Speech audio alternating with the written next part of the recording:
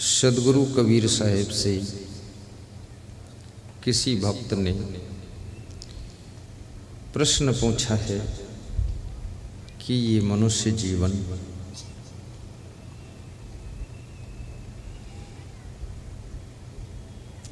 बड़े सौभाग्य से मिलता है,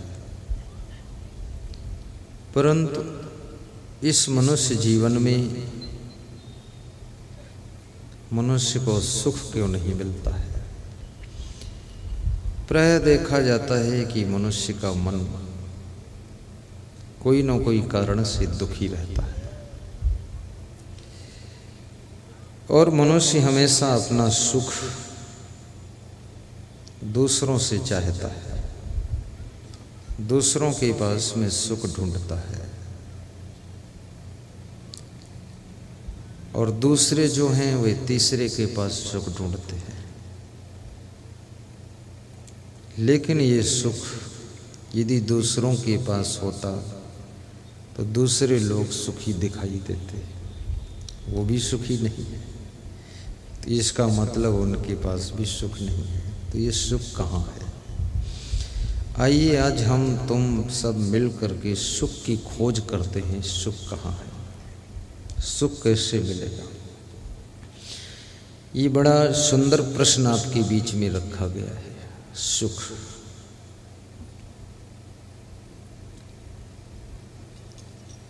और दुख हमारी जिंदगी रूपी सरिता के दोनों तट हैं, दोनों किनारे हैं। सुख और दुख, इन दोनों किनारों के बीच में जिंदगी की धारा बहती है। कभी सुख के किनारे की ओर सट करके बहती है तो हम थोड़ा सुख एहसास करते हैं, कभी दुख के तट की ओर सट कर बहती है तो हम दुख फील करने लग जाते हैं। परंतु बड़ी मजे की बात है कि सबका सुख अलग अलग है, सबका दुख अलग अलग है। किसी को बीड़ी पीने में सुख लगता है और किसी को बीड़ी के धुआं से ही दुख लगता है। किसी को मछली की बदबू से बहुत दुख लगता है और किसी को मछली की बदबू में बड़ा आनंद आता है। कहता है ऐसी गंध तो कहीं मिली ही नहीं।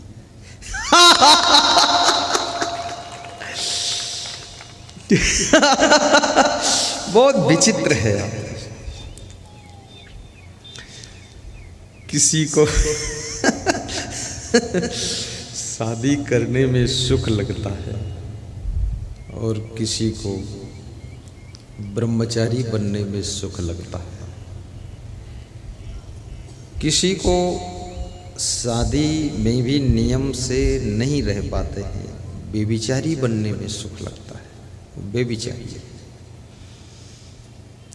एक पत्नी है फिर भी उसका मन चंचल है, वो उसमें सुख ढूंढ रहा है। किसी को उपवास रहने में सुख लगता है, किसी को 56 प्रकार के व्यंजन खाने में सुख लगता है। साधुओं में भी देखो तो किसी साधु को श्वेत वस्त्र पहनने में रुचि है तो किसी साधु को लाल वस्त्र पहनने में रुचि है। किसी साधु को नग्न रहने में रुचि है, बिल्कुल नंग धड़ंग घूम रहे हैं, उसमें रुचि है, उसमें भी वो खुश है। अभी सुख कहाँ है? कपड़ों में सुख होता, नग्न रहने में सुख होता, सुख इसमें नहीं है। मुंडन कराने में भी सुख नहीं है, बहुत बड़े बड़े जटा रखने में भी सुख नहीं है। वस्तुओं में सुख नहीं है, वस्तुओं में केवल सुविधा है। जीवन निर्वाह आसान हो जाता है, बाकी वस्तुओं से सुख नहीं मिलता है। गाड़ी से यात्रा आसान हो जाती है लेकिन गाड़ी से सुख नहीं मिलता है। रजाई से ठंडी मिट जाती है पर रजाई से सुख नहीं मिलता है, क्योंकि ये 200-400 की रजाई से सुख कैसे मिल सकता है? सुख क्या पैसे से खरीदा जा सकता है? यदि सुख पैसे से खरीदा जाता तो पैसे वाले सब सुख खरीद कर अपने पास में स्टॉक कर लेते। हम तुम जैसे गरीबों को बिल्कुल सुख नहीं मिलता। सुख का रिश्ता पैसे से भी नहीं, परंतु फिर भी पैसे की आवश्यकता है, क्योंकि शरीर की आवश्यकताएं पैसे से पूरी होती है। इसलिए पैसे का भी जीवन में बड़ा महत्व है। पैसे से घर बनता है, पैसे से मंदिर बनता है, पैसे से आश्रम बनता है, पैसे से धर्मशाला बनता है, पैसे से विद्यालय बनता है, पैसे से हॉस्पिटल बनता है, पैसे से मार्केट बनती है, पैसे से कपड़े आते हैं। पैसे की हमारे आपके जीवन में जरूरत है। इसलिए कहते हैं कि भगवान तो भगवान है ही, लेकिन दूसरा भगवान पैसा है। पैसे को दूसरा भगवान माना गया है। और तीसरा भगवान डॉक्टर है। मौत से जूझते हुए व्यक्ति को भी नया जीवन देने में मदद करता है, उस व्यक्ति का नाम डॉक्टर है। इसलिए डॉक्टर को तीसरा भगवान कहा गया है। और गुरु चौथा भगवान है, क्योंकि गुरु माया में फंसे हुए जीवों को, मोह के जाल में जकड़े हुए जीवों को बड़ी आसानी से ज्ञान के माध्यम से निकाल कर बाहर करता है और उनको शांति एहसास कराता है। इसलिए गुरु भी चौथा भगवान है, वो जीवन में शांति देता है।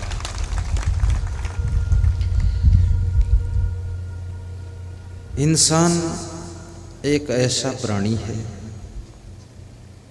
जो विश्व के समस्त प्राणियों से अधिक बुद्धिमान है, समझदार भी है।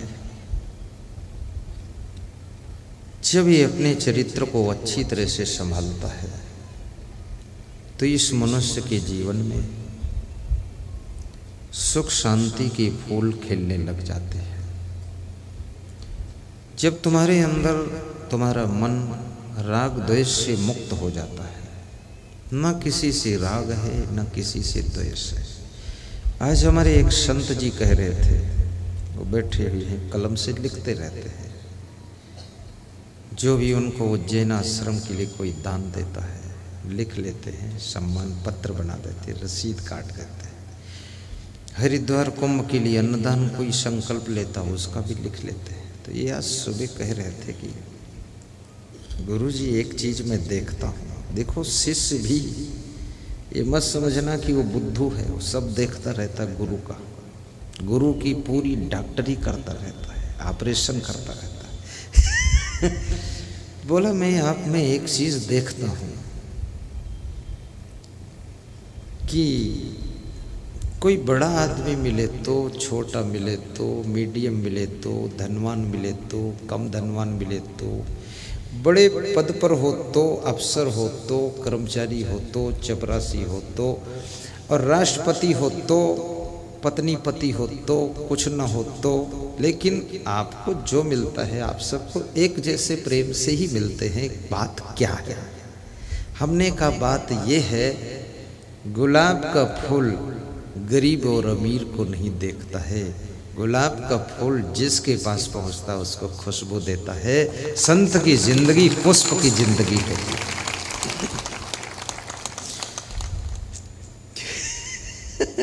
ये बात क्योंकि उन्होंने देखा है कि बहुत से मुख्यमंत्री भी गुरु जी का प्रोग्राम कराते हैं, राष्ट्रपति भी अपने यहाँ बुलाकर स्वागत करते हैं और सब लोग प्रेम करते हैं, लेकिन गुरु जी में फर्क नहीं पड़ता है। वो साधराम नायक को भी बराबर मिलते हैं। हाँ, साधराम नायक मुझसे बता रहे थे कि रात में सपना आता है कि आप रात में आए हो और हमें हाथ से पकड़ लिए हो, लेकर चल रहे हो कि आओ साधराम अच्छे हो ना। जिसको रात सपने में गुरु पकड़ रहा है,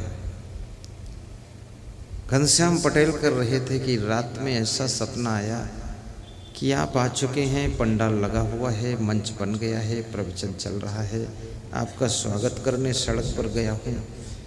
1 साल पहले ही सपना आ गया और सपने में प्रोग्राम हो गया, 1 कौड़ी खर्च नहीं हुआ और प्रोग्राम पूरा हुआ सपने में। सपने का भी फल मिलता है, सपने का भी अपना प्रभाव होता है। सपने सब लोग कहते झूठे होते हैं, परंतु मैं कहता हूँ सपनों में भी बड़ी सच्चाई छिपी होती है। जागृत अवस्था में दिन में जहाँ जहाँ तुम्हारा मन लगा रहता है, वहाँ वहाँ के प्रगाढ़ सपने तुमको रात में आने लग जाते हैं। जैसे रात में तुमको सोते समय सांप का सपना दिखाई दे, सपने में सांप दिख रहा है, वहाँ सांप नहीं है, केवल दिख रहा है। अब सांप तो नहीं है, सपने का सांप कहाँ हो सकता है, लेकिन तुमको सपने में दिख रहा है। पर वो सपने का सांप तुम्हारे अंदर डर पैदा करता है, भय पैदा करता है, कपकपी पैदा करता है, घबराहट पैदा करता है। सपने का सांप तो झूठा है, लेकिन सपने के सांप से जो डर लगा है, भय लगा है, पसीना निकला है, घबराहट हुई है, वो घबराहट सच्ची है। सपने का प्रवचन का प्रोग्राम भी झूठा है, लेकिन सपने में जो प्रवचन का प्रोग्राम हुआ है, उसकी जो आनंद अनुभूति हो रही है, जो अंदर अंदर प्रसन्नता हो रही है, वो आनंद तो सच्चा ही है। सपने का सत्संग झूठा हो सकता है। इसलिए सपने में बहुत से लोग शादी भी करते हैं, सपने में विवाह हो जाता है, और कई लोग तो हर रात में एक नया विवाह करते हैं। बहुत अच्छा है, कौड़ी खर्च नहीं होती है, रोज एक नई पत्नी आती है, नया पति है। सपने में विवाह मंडप सजा हुआ है। जिनको विवाह में ज़्यादा रुचि है, उनको सपने में भी विवाह का सपना आता है और देखते हैं, और जिनको सत्संग में ज़्यादा रुचि है, तो सपने में सत्संग उनको दिखाई देता है। सपना ये जरूर बताता है कि जागृत अवस्था में तुम्हारा कहाँ लगाव ज़्यादा है। जब सपने किसी महान पुरुष के आने लग जाए, जब स्वप्न में तुम दान पुण्य करने लग जाओ। आपने नाम सुना होगा ध्रुव प्रहलाद का, नाम सुना है? ये भागवत में कथा, ध्रुव प्रहलाद की कथा आती है। प्रहलाद के पिता का नाम हिरण्यकश्यप था और ध्रुव के पिता का नाम उत्तानपाद था, राजा उत्तानपाद। राजा उत्तानपाद के 2 रानियां थीं। बड़ी रानी का नाम सुनीति था, छोटी रानी का नाम सुरुचि था। बड़ी रानी के पुत्र का नाम ध्रुव था, छोटी रानी के पुत्र का नाम उत्तम था, उत्तम कुमार। राजा उत्तानपाद किसी कारणवश छोटी रानी से ज़्यादा प्रेम करते थे। यदि आपकी 2 रानियां हैं, 2 बहनें हैं, 2 भाई हैं और 2 बहुएं हैं, यदि तुम किसी बहू से ज़्यादा प्रेम करती हो और दूसरी बहू से तुम कम प्रेम करती हो, तो इसी को कहते हैं ये राग द्वेष है। जिससे तुम ज़्यादा प्रेम करती हो, उसके प्रति तुम्हारे मन में राग पैदा हुआ है, और जिससे तुम कम प्रेम करती हो, मानती नहीं, उसको चाहती नहीं, उसके प्रति तुम्हारे मन में द्वेष पैदा हुआ है। और जहाँ राग द्वेष रहते हैं, वहाँ पर प्रसन्नता और शांति नहीं निवास करती है। राग द्वेष वियुक्तैस्त विषयान इंद्रियैश्चरन् आत्म वशैर विधे आत्मा प्रसादम अधिगच्छति। श्रीमद् भगवत गीता में अर्जुन ने जब श्री कृष्ण भगवान से पूछा है कि हे भगवान, हमें शांति चाहिए, हमें प्रसन्नता चाहिए, तो इसके लिए उपाय बताइए। तो श्री कृष्ण कहते हैं, अर्जुन जब मनुष्य का चित्त, मनुष्य का मन राग द्वेष से मुक्त हो जाता है, विषयान इंद्रियैश्चरन्, ये मनुष्य की इंद्रियां जो विषयों में विचरण करती हैं और इंद्रियों के माध्यम से जो संसर्ग होते हैं, उसमें यदि राग द्वेष नहीं होता है, उस व्यक्ति को आत्म प्रसन्नता प्राप्त होती है, आत्म खुशी प्राप्त होती है। ये राग द्वेष से छूटना बहुत कठिन है। अब राग द्वेष की पहचान क्या है? जिससे तुम्हारा राग हो जाता है उसके अवगुण तुमको नहीं दिखाई देते, उसमें सब गुण ही गुण दिखाई देते हैं। और जिससे द्वेष हो जाता है, जिससे नफरत हो जाती है, उसके गुण नहीं दिखाई देते, उसकी अच्छाई नहीं दिखाई देती है, उसमें सब तुमको बुराई ही बुराई दिखाई देती है। इसलिए संत कबीर कहते हैं कि राग द्वेष का चश्मा जिसकी आंखों के ऊपर चढ़ गया है, उसको यथार्थ दर्शन होना बंद हो जाता है। इसलिए राजनीतिक पार्टियों में आप देखिए, भारतीय जनता पार्टी कितना अच्छा काम करे, लेकिन कांग्रेस पार्टी उसकी निंदा ही करेगी। कांग्रेस पार्टी कोई अच्छा कदम उठाए तो भारतीय जनता पार्टी उसकी निंदा ही करेगी। क्यों? क्योंकि उनके अंदर राग द्वेष का चश्मा चढ़ चुका है, क्योंकि उनको पता है निंदा से फायदा है। और अगर अच्छी चीज़ की भी 100 बार निंदा किया जाए, झूठ निंदा किया जाए, तो भी लोगों को विश्वास होने लग जाता है कि ऐसा भी हो सकता है। इसलिए राजनीति निंदा के धरातल पर टिकी हुई है। राजनीति में निंदा, बुराई, आलोचना, आरोप प्रत्यारोप, राग द्वेष बहुत भरा हुआ है। तो श्री कृष्ण कहते हैं जहां पर तुम्हारा द्वेष हो जाता है वहां तुमको अवगुण ही अवगुण दिखाई देने लग जाते हैं। इसलिए जिस सासू को जिस बहू से नफरत हो जाती है, तो बहू कितने अच्छे बर्तन धोए फिर भी सासू कहती है इसमें अभी जूठन लगी हुई है। और जिस बहू से मोह हो जाता है, वो बहू बर्तन न धोए तो सासू कहती है तू बैठ, मैं धो दूंगी, तू चिंता मत कर। और फिर भी कहती ये बहू मेरी बहुत अच्छी है। और ये भेदभाव का व्यवहार देख करके एक बहू दुख में डूब जाती है, दूसरी बहू अहंकार से भर जाती है। याद रखना, रोटी खाने के लिए कोई बहू तुम्हारे घर में नहीं आई है। रोटी तो उसको मायके में भी मिलती थी, कपड़े भी मिलते थे, स्वतंत्रता भी मिलती थी, आज़ादी भी मिलती थी। सासू के प्रेम की भूख भी बहू के अंदर है। पति का प्रेम चाहिए, देवरानी जेठानी का प्रेम चाहिए।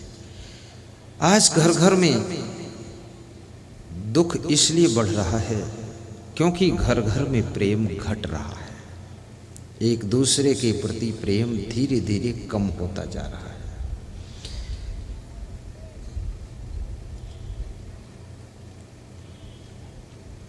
सामान से प्रेम बढ़ रहा है कि हमें यह सामान चाहिए, सामान न मिले तो एक दूसरे के बीच में तकरार शुरू हो जाती है। कितनी स्त्रियां अगर उनको सोने का हार ना मिले, गले में सोने का हार पहनने को ना मिले, तो पति का गला दबा देगी कि सांस नहीं लेने दूंगी। किस मॉडल का पति है? लेकिन नहीं, बुद्धिमान पत्नी बनो, समझदार पत्नी बनो। तुम्हारा आभूषण सोना चांदी नहीं है, तुम्हारा आभूषण कुंडल, नाक का फूल, गले का हार, कमर की करधनी, पांव की पायल, नथुनी, बिछिया नहीं है, अंगूठी नहीं है। नारी का आभूषण यदि कुछ है, पतिव्रता धर्म, ये नारी का आभूषण है।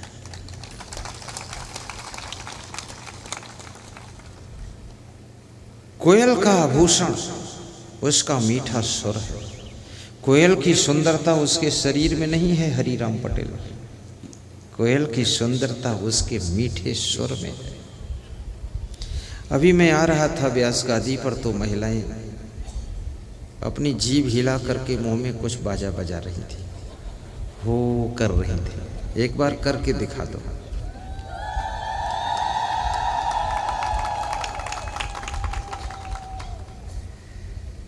अभी हो करती भी हैं पर मेरे सामने शर्माती भी है। शर्माती इसलिए है कि गुरुदेव पता नहीं इसकी व्याख्या क्या कर दे, पर मैं कोई व्याख्या नहीं करूंगा। अब ये मीठा सुर, इनके मुंह से बजने वाला म्यूजिक, इसमें ना तो कैसियो की जरूरत, न बेंजो की, न मजीरा की, न ढोल की। थोड़ा सा मुंह खोलती हैं, जीभ हिलाती हैं और न जाने क्या आवाज़ करती हैं, और सभी महिलाएं इसमें ट्रेंड हैं। और यदि ये पुरुष लोग करें तो इनके मुंह से ऐसा आवाज़ भी नहीं निकलेगी। लेकिन ये भाग्यशाली है, जब इनको सुनना हो तो अपने बेड पर भी ये म्यूजिक सुन लेते हैं। हो पर ये घर में बहुत कम सुनाती हैं हो। ये तो यहाँ सुना दिया, ये घर में तो दूसरा म्यूजिक चलता है इनका। उस म्यूजिक से तो हर पति बेहोश पड़ा हुआ। कोकिला नाम सुरो रूपम, कोयल का सुंदर रूप यदि कुछ है तो उसका मीठा सुर ही सुंदरता उसकी है। इसलिए आपका शरीर यदि सुंदर ना हो, गोरा ना हो, उसकी बनावट सुंदर ना हो, तो चिंता की बात नहीं है। क्योंकि सुंदरता केवल शरीर से नहीं होती है। आपकी वाणी यदि स्वीट वाणी है, मीठा स्वर है, मधुर बोलने की कला है, मृदु वाणी है, ये मृदु वाणी आपकी सुंदरता को बढ़ा, आपके जीवन की सुंदरता को बढ़ा देता है। आपका स्वभाव यदि सुंदर है, देखिए स्वभाव, राम का शरीर तो सांवला था, काला था, लेकिन स्वभाव बहुत सुंदर था।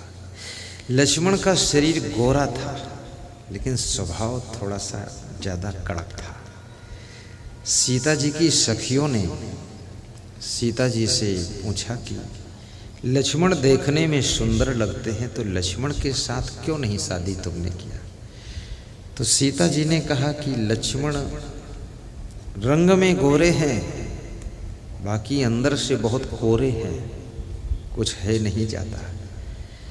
और हमारे राम रंग में तो काले हैं, लेकिन बहुत बड़े दिल वाले हैं, हमको निभा लेंगे। और जिसका पति काले रंग का हो, जिसकी पत्नी काले रंग की हो, वो ज़्यादा निश्चिंत रहता है। कहीं भी पति को छोड़ दो, पत्नी को छोड़ दो, सुरक्षित वापस आ जाएगी शाम तक, ज़्यादा खतरा नहीं। और जिसका पति ज़्यादा चिकना चुपड़ा है, सब जगह खतरा ही खतरा है। जो साधु काला कलूटा हो, बदसूरत, भूत प्रेत जैसा मुंह हो, वो साधु को बहुत कम खतरा है। कहीं घूमे लोट कमंडल लेकर, खोपड़ी खोल कर, कोई बात नहीं। लेकिन जो साधु थोड़ा देखने में सुंदर है, उसको बहुत सावधानी की जरूरत है, क्योंकि ये वह सुंदरता भी अज्ञानियों को बहुत आकर्षित करती है। ज्ञानी तो आपके चरित्र की सुंदरता से आकर्षित होता है, आपके स्वभाव की सुंदरता में आकर्षित होता है। ज्ञानी आपकी वाणी की सुंदरता में आकर्षित होता है, ज्ञानी आपके कर्मों की सुंदरता में आकर्षित होता है, और ज्ञानी आपके विचारों की सुंदरता में आकर्षित होता है। याद रखना, ज्ञानी तुम्हारे गुणों में आकर्षित होता है, ज्ञानी किसी चमड़े में आकर्षित नहीं होता है।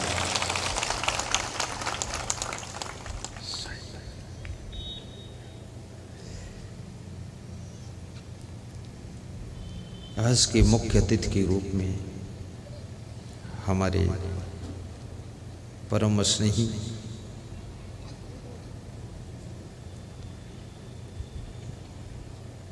आप सबके जाने माने प्रेमी श्री संपत राम अग्रवाल जी पधार चुके हैं। ताली बजाकर अभिनंदन करो। खड़े हो जाए करो, मुस्करा भी दिया करो, मुस्कराओ मुस्कराओ, दांत दिखाओ, बैठो। नगर पालिका अध्यक्ष साहू जी वो भी पधारे हुए। क्या नाम है साहू? श्री नरेंद्र साहू हैं? राजेंद्र साहू हैं? गजेंद्र गजेंद्र, क्या नाम है गजेंद्र। वाह,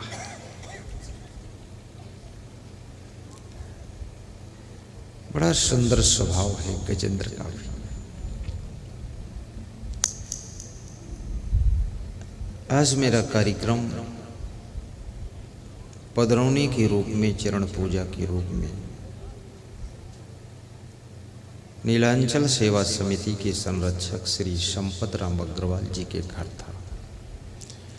बहुत से संत गए थे, बहुत से भक्त भी गए थे। सभी का उन्होंने सम्मान किया, सबको माला पहनाया, सभी संतों को गरम साल दिया।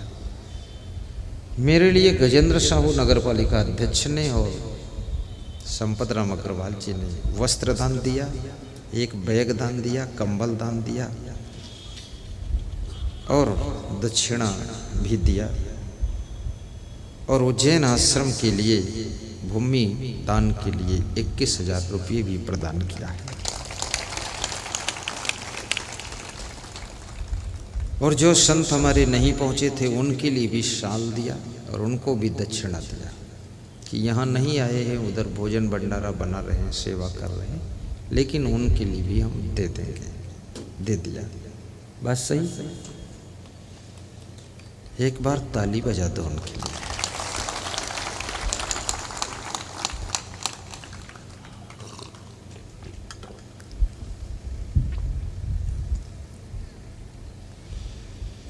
गुणों की सुंदरता आपको ऊंचा स्थान दिलाती है और गुणवान व्यक्ति ऐसे है जैसे शक्कर में मिठास का गुण है। शक्कर कभी किसी चींटी को निमंत्रण नहीं देती है कि तुम मेरे पास आओ और तुम मुझको चाटो, कभी नहीं कहती है। लेकिन शक्कर की सुगंध को पाकर के चींटी और चेटा सब चुपके से चले आते हैं और शक्कर को चाटते रहते हैं। लेकिन उन्हीं चींटियों को उठा करके तुम नमक के पास रख दो तो वहां से वे मुड़ करके वापस चले जाते हैं। शक्कर और नमक का रंग तो एक ही है, आदमी आदमी का रूप रंग तो सब लगभग एक जैसा ही है, लेकिन उसके गुणों में अंतर है। आदमी आदमी में अंतर, कोई हीरा तो कोई कंकर, आदमी आदमी में अंतर, बहुत बड़ा अंतर है।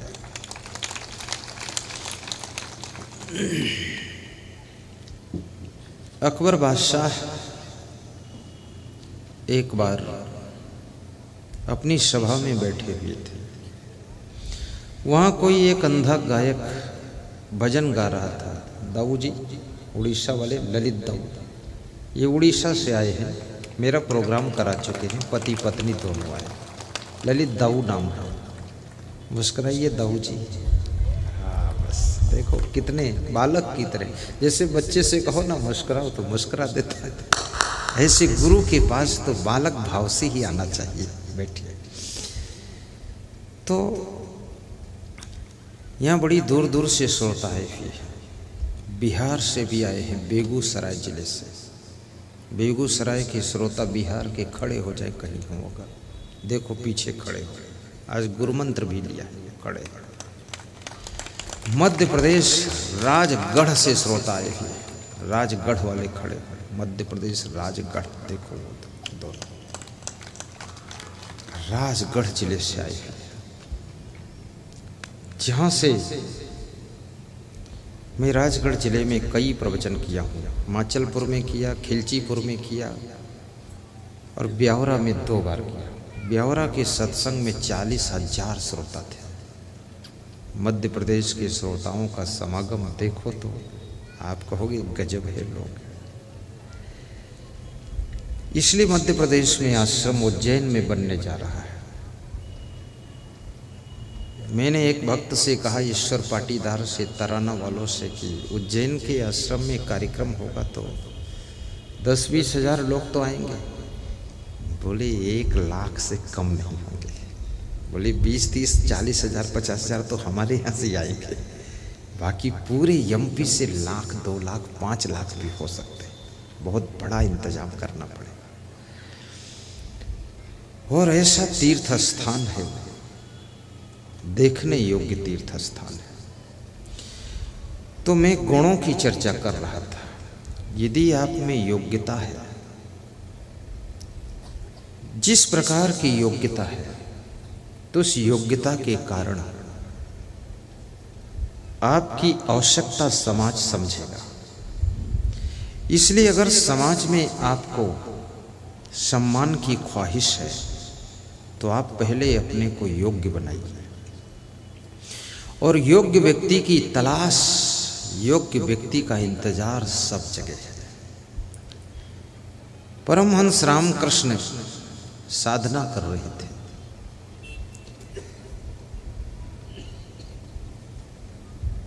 नरेंद्र जब उनके पास में दर्शन के लिए जाते हैं, परमहंस रामकृष्ण उनको देखते ही खुश हो जाते हैं। नरेंद्र ने पूछा, गुरुदेव आपका दर्शन पाकर हमको खुश होना चाहिए, लेकिन मुझे देखकर आप इतना क्यों खुश हुए? नरेंद्र, तुझे पता नहीं है, 40 वर्ष से तेरा इंतजार मैं कर रहा था कि कभी कोई ऐसा मेरा शिष्य योग्य आएगा जो इस धर्म के प्रचार का बीड़ा उठाएगा। वो नरेंद्र तू आया है।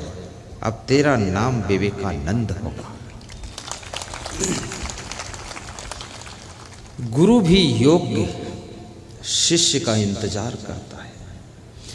माता पिता सुयोग्य पुत्र का इंतजार कर रहे हैं, पुत्री का इंतजार कर रहे हैं। और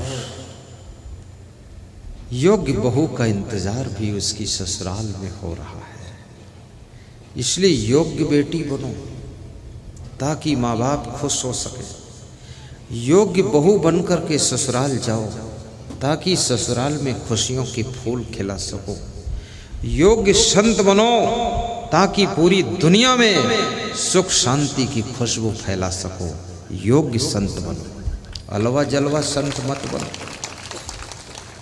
कितने लोग संत बन जाते हैं, ठीक ठाक संत नहीं बनते। गांजा पीते रहते हैं, बीड़ी पीते रहते हैं, पुड़िया खाते रहते हैं, गाली बकते रहते हैं, नम उल्टा पल्टा बात करते रहते हैं। नहीं नहीं, A क्लास के संत बनो, B क्लास के नहीं।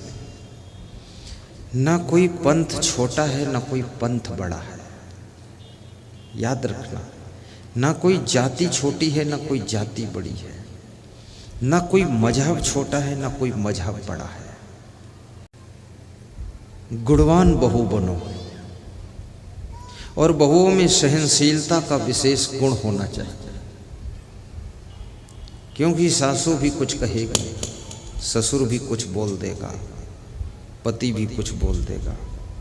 थोड़ा सह लीजिए। थोड़े दिन के बाद तुम भी माँ बनोगी, और माँ बनने के बाद तुम सासू बनोगी। तुम भी एक दिन घर की चाबी हाथ में पकड़ोगी। थोड़ा तसल्ली रखिए, धैर्य रखिए। तुम्हारी जो सासू है वो रिटायर होगी, एक कोने में बैठी रहेगी। उस समय तुम्हारा शासन प्रशासन होगा, तुम्हारी सरकार होगी। क्या बात होगी। उस समय का इंतजार भी करो थोड़ा सा। और सासुओं को चाहिए कि अपनी बहुओं को प्रताड़ना मत दे, क्योंकि थोड़े ही दिनों में सरकार बदलने वाली है। जो आज बहू है वो कल सासू बनने वाली है, जो आज सासू है आने वाले कल में वो रिटायर होने वाली है। इसलिए जो बुद्धिमान सासुएं हैं वे बहुओं से बहुत तालमेल बिठा कर रहती हैं। बहू को बहू नहीं समझती हैं, उसको मितानिन समझ कर रहती हैं कि मितानिन है ये। और किस बहू के अंदर क्या क्वालिटी है, किस शिष्य के अंदर क्या क्वालिटी है, किस पुत्र के अंदर क्या गुणवत्ता है, किसको पता है। किसी को थोड़ा मत समझिए, छोटा मत समझिए, उसको कार्य करने का मौका भी दीजिए, अवसर भी दीजिए। और जो उसमें संस्कार हों उसके अनुसार उसको रास्ता बताइए कि करिए। आप अपने बेटे बहू को प्रतिबंधित करके बहुत मत रखो, उनको भी छलांग लेने दो, उन्नति करने दो। वे अगर बहुत विकास करना चाहते हैं तो उनके हिस्से की प्रॉपर्टी उनको दे दो, थोड़ी पूंजी मिल जाएगी, उससे फिर विकास कर लेंगे। क्योंकि बुद्धि का रिश्ता उम्र से नहीं होता है। बुद्धि का रिश्ता रिश्ते में बड़ा छोटा होने से भी उसका रिश्ता नहीं होता है। बुद्धि ये जन्मजात कुदरती वरदान के रूप में प्राप्त होती है। कोई दवाई खाने से भी बुद्धि बढ़ नहीं सकती है, ये भी याद रखना। तुम सोच लो कोई बुद्धि वर्धक टॉनिक हो और पी लूं और बुद्धिमान बन जाऊं, ऐसा कोई टॉनिक वानिक नहीं है। न महलों में रहने से बुद्धि बढ़ती है, न झोपड़ी में रहने से बुद्धि घटती है। बुद्धि होती है तो होती है और नहीं होती तो नहीं होती है। महलों में भी बुद्धू लोग पैदा हो जाते हैं, झोपड़ियों में भी बुद्धिमान पैदा हो जाते हैं, और गरीबों के घर में भी बुद्धू पैदा हो जाते हैं, अमीरों के घर में भी बुद्धिमान पैदा हो जाते हैं। कब कहाँ कौन दिव्य आत्मा अपनी क्वालिटी को लेकर के किसके सौभाग्य से, किसके पुण्य से पुत्र बन करके, पुत्री बन करके उसके घर का मान सम्मान बढ़ाने के लिए जन्म लेगी, कब कौन आत्मा कहाँ पर प्रकट होगी, प्रादुर्भाव करेगी, किसी को पता नहीं है। इसलिए इतना पुण्य कमाइए कि आपके यहाँ कोई बुद्धिमान आत्मा का जन्म हो, बुद्धू का जन्म ना हो। इसके लिए पुण्य करना पड़ेगा। दान भी दीजिए, सेवा भी कीजिए। बड़ों के पैर छूने से भी पुण्य बढ़ता है।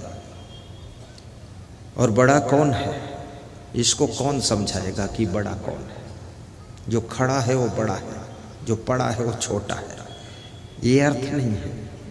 बड़ा संतोष, बड़ा कौन है?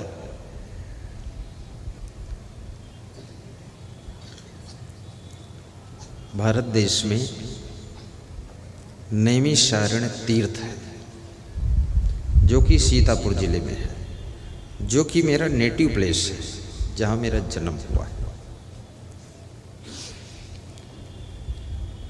88,000 ऋषि मुनि वहाँ तप कर रहे थे। उन्हीं ऋषि मुनियों में से एक आत्मा मेरी आई हुई है, ऐसा मुझे एहसास हो रहा है। ये पुराणों की कथा है।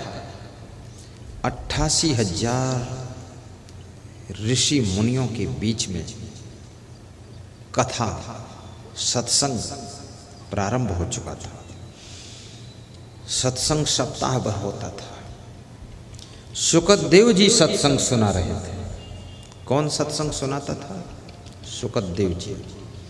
कभी सूत जी वक्ता बनते थे। सूत जी बढ़ई पुत्र थे, कारपेंटर के बेटे थे, लेकिन 88,000 ऋषि मुनियों को प्रवचन सुनाते थे, कथा सुनाते थे। और सूत जी का कद बहुत छोटा था, लंबे नहीं थे, छोटे थे, शरीर में छोटे, लेकिन ज्ञान में बहुत थे। तो जब सूत जी व्यास गादी पर आते थे तो 88,000 ऋषि मुनि उनके रिस्पेक्ट में खड़े होकर हाथ जोड़कर उनका सम्मान करते थे। तो सूत जी कहते थे, हे ऋषि मुनियों, आप सब हमसे बड़े हैं, फिर क्यों खड़े हैं? हम आपके चरणों में पड़े हैं, आप सब बैठ जाइए, तब मैं बैठूंगा। तो उसी में एक शौनक नाम के ऋषि थे, शौनक ऋषि। उन्होंने कहा कि सूत जी, सच कहते हो, उम्र में बहुत लोग आपसे बड़े हैं, परंतु बड़ा कौन होता है इसके बारे में बता देता हूं। धनम वृद्धा, संबंधम वृद्धा, वयम वृद्धा, बुद्धिम वृद्धा, सर्वम वृद्धा, ज्ञानम वृद्धा।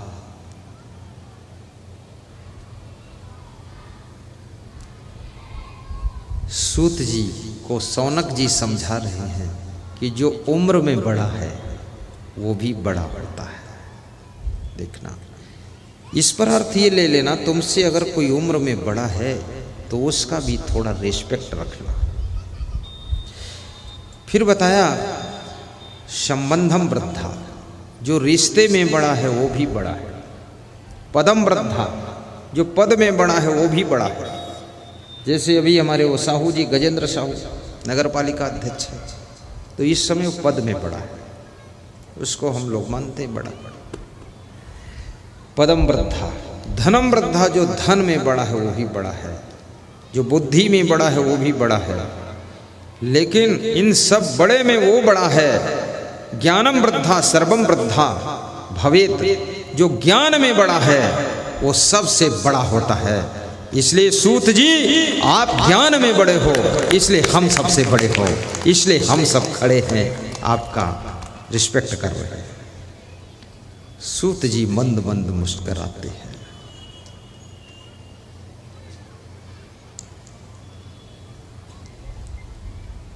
साहिब बंदगी बोलो, साहिब बंदगी। तो मैं एक अकबर की कहानी सुना रहा था। अकबर का नाम लिया था।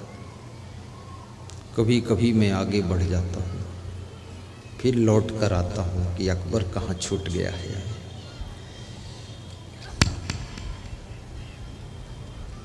संकल्प हो हमारा, इंसान हम बनेंगे। गाइए। संकल्प हो हमारा, इंसान हम बनेंगे। इंसान बन गए तो भगवान भी बनेंगे। इंसान बन गए तो भगवान भी बनेंगे। संकल्प हो हमारा, इंसान हम बनेंगे। संकल्प हो हमारा, इंसान हम बनेंगे। इंसान बन गए तो, इंसान बन गए तो भगवान भी बनेंगे। संकल्प हो हमारा, इंसान हम बनेंगे। संकल्प हो हमारा, इंसान हम बनेंगे। हम एक ही चमन के हैं फूल न्यारे न्यारे। हम एक ही चमन के हैं फूल न्यारे न्यारे। खिलते रहे खिलेंगे, इंसान हम बनेंगे। खिलते रहे खिलेंगे, इंसान हम बनेंगे। संकल्प हो हमारा, इंसान हम बनेंगे, संकल्प हो हमारा, इंसान हम बनेंगे। इंसान बन गए तो भगवान भी बनेंगे। इंसान बन गए तो भगवान भी। नर तो बन गए हो, लेकिन नारायण कैसे बनोगे? नारी का रूप तो मिल गया, अब नारायणी कैसे बनोगे? इंसान बन गए। राम भगवान ने योग वशिष्ठ में, निर्वाण प्रकरण में गुरु वशिष्ठ से प्रश्न पूछा है कि भगवान बनना हो तो क्या करना पड़ेगा। ऐसा प्रश्न किसी ने अभी तक नहीं पूछा, मैंने भी किसी से नहीं पूछा। ये तो लोग पूछते हैं गुरु मंत्र लेना हो तो क्या करना पड़ेगा, ये बात पूछते हैं। संत बनना हो क्या करना पड़ेगा, इतना पूछते हैं। नेता बनना हो तो क्या करना पड़ेगा, विधायक बनना हो तो क्या कर, डॉक्टर बनना हो तो क्या करना, कलेक्टर बनना, आई क्या करना पड़ेगा। लेकिन भगवान बनना हो तो क्या करना, कोई पूछा कभी नहीं। लेकिन राम ने गुरु वशिष्ठ से पूछा था, जिसको भगवान बनना हो उसे क्या करना चाहिए। ये योग वशिष्ठ एक शास्त्र है जिसमें निर्वाण प्रकरण है, मैंने उसका अध्ययन किया है। तो उसमें लिखा था कि जीवा इंद्रिय चा जननेन्द्रिया वशम निगृहीतानि सर्वशा भगवानम भवेत्। जो मनुष्य अपनी जीवा इंद्री को और जननेन्द्रिय को बस में कर लेता है, वह व्यक्ति भगवान का पद प्राप्त कर लेता है। और ये जीवा इंद्री को बस में करना बहुत कठिन है। 14 वर्ष वनवास में दाल चावल सब्जी रोटी पूड़ी कचौड़ी तो खाने का मौका ही नहीं मिला। जहां जाते थे कंदमूल फल, कंदमूल फल। जीभ को जीतना है, और जो महिला जीभ को जीत लेती है वो नारी के रूप में नारायणी का पद प्राप्त करती है। और जो मनुष्य अपनी जीभ को जीत ले, जननेन्द्रिय को जीत ले, वो नर के रूप में नारायण होता है, नर के रूप में नारायण होता है। और ऐसे नर नारी जहां रहते हैं, जिस घर में रहते हैं, वो घर घर नहीं होता है, वो घर तो मंदिर हो जाता है, घर मंदिर बन जाता है। फिर उनके लिए गीत कबीर साहब गाते हैं कि घर ही में तीरथ बनैबे, मंदिर हम काहे को चाहिए। फिर उनका घर भी मंदिर है, और मंदिर में ऐसे लोग पहुंच जाएं तो मंदिर की महिमा बढ़ जाती है। मंदिर ऐसे महान स्थल मंदिर है, लेकिन मंदिर में गलत लोग अगर पहुंचते हैं तो मंदिर का महत्व भी कम होने लग जाता है। घर ही में गंगा, घर ही में जमुना, घर ही में गंगा। गाइए, सीधे बैठ जाइए, धैर्य रखिए, सीधे बैठिए और गाइए, और उठकर कहीं मत जाइए, और मोबाइल बंद कर लीजिए। मोबाइल मत चलाइए, ज़्यादा डेवलप नहीं कर पाओगे, फालतू टेंशन मत रखो। हाँ, 2-2 दिन में मोबाइल ही नहीं बात करता हूँ कभी कभी। सब बहुत डेवलपमेंट होता है बिना मोबाइल के। स्वयं को योग्य बनाइए, ठीक से काम कीजिए, सब हो जाएगा। सत्संग में आकर मोबाइल का भी मोह छोड़ दो, थोड़ी देर बंद, स्टॉप।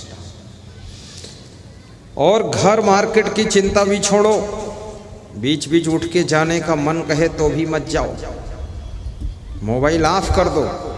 कोई फोन करे तुमको तो इधर आएगा ही नहीं फोन, झंझट खत्म।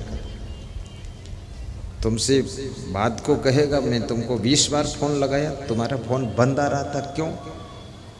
बोलो, अरे मोबाइल तो बंद ही था, अब जिंदगी बंद होने वाली है। हाँ, क्या लफड़ा फालतू, बहुत देख लिया सब, थोड़ा शांति से। इसलिए कोई ज़रूरत भी हो तो भी आधा घंटे उठना ही मत, धैर्य से बैठे रहो और सीधे बैठो। और जो हंसने की बात है, हंसो भी, मुस्कराने की बात है मुस्कराओ भी, और सोने की बात है मत सो, रोने की बात है मत रो,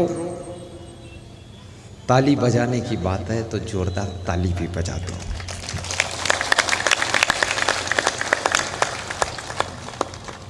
और बीच बीच साहेब बंदगी भी बोल दिया करो। साहेब बंदगी क्या था?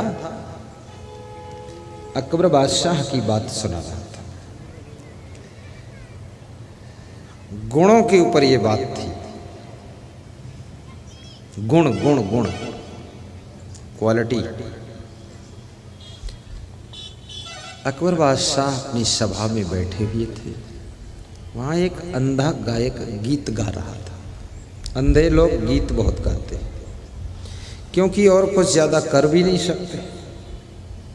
मैं पशुपतिनाथ मंदिर गया काठमांडू में, तो वहाँ देखा अंधे और कोढ़ी सब पशुपतिनाथ मंदिर के बाहर 200-400 बैठे, भिखमंगे। लंका में भिखमंगे हैं, हिंदुस्तान में भिखमंगे हैं,